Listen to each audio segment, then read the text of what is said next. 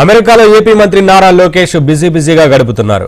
Dallas లో లోకేష్ కు NRI TDP శ్రేణులు, కూటమి అభిమానులు ఘన స్వాగతం పలికారు. తెలుగు డయాస్పోరా నిర్వహించిన సమావేశానికి హాజరయ్యారు.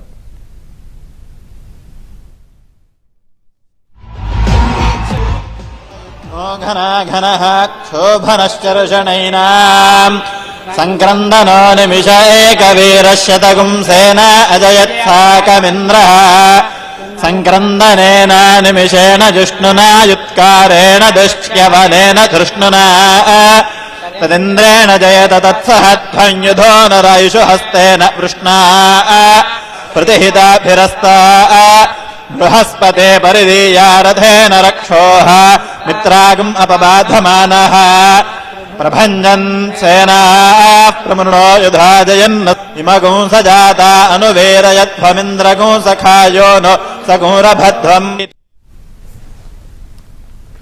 అమెరికాలో తెలుగు వాళ్లు తమ సత్తా చాటారని లోకేష్ అన్నారు. స్పీడ్ కు ఏపీ బ్రాండ్ అంబాసిడర్ గా మారిందన్నారు. 20 లక్షల ఉద్యోగాలు కల్పించాలన్నదే కూటమి ప్రభుత్వ లక్ష్యమన్నారు. వైసీపీ వైనాట్ 175 అంటే ప్రజలు వైనాట్ 11 అన్నారని తెలిపారు. చట్టాలను ఉల్లంఘించిన ఎవరిని వదిలిపెట్టమన్నారు.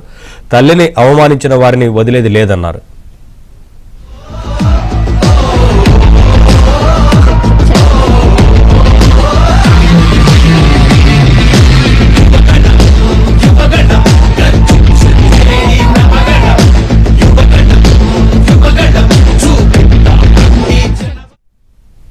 వైనాట్ 175 అన్నారు.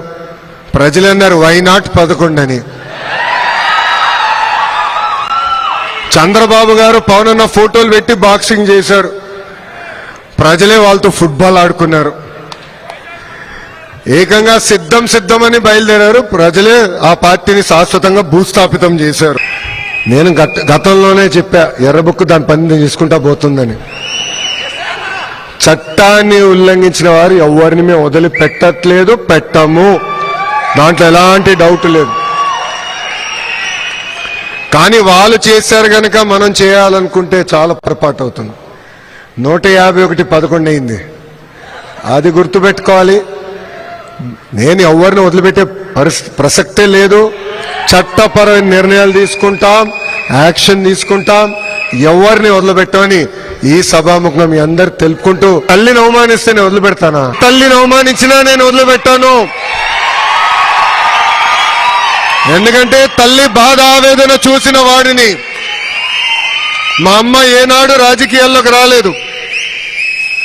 వాళ్ళ నాన్నగారు ముఖ్యమంత్రి, భర్త ముఖ్యమంత్రి. కానీ ఒక్క పోస్టింగ్ కానీ ఒక్క కాంట్రాక్ట్లో ఏనాడు తల్లి ఇన్వాల్వ్ అవ్వలేదు. అలాంటి తల్లిని శాసనసభ సాక్షిగా అవమానిస్తే నేను వదిలిపెట్టే ప్రసక్తే ఉండదు. మీకు ఎలాంటి డౌట్ వద్దు. వాళ్ళు అవమానించారని మనం అవమానించకూడదు.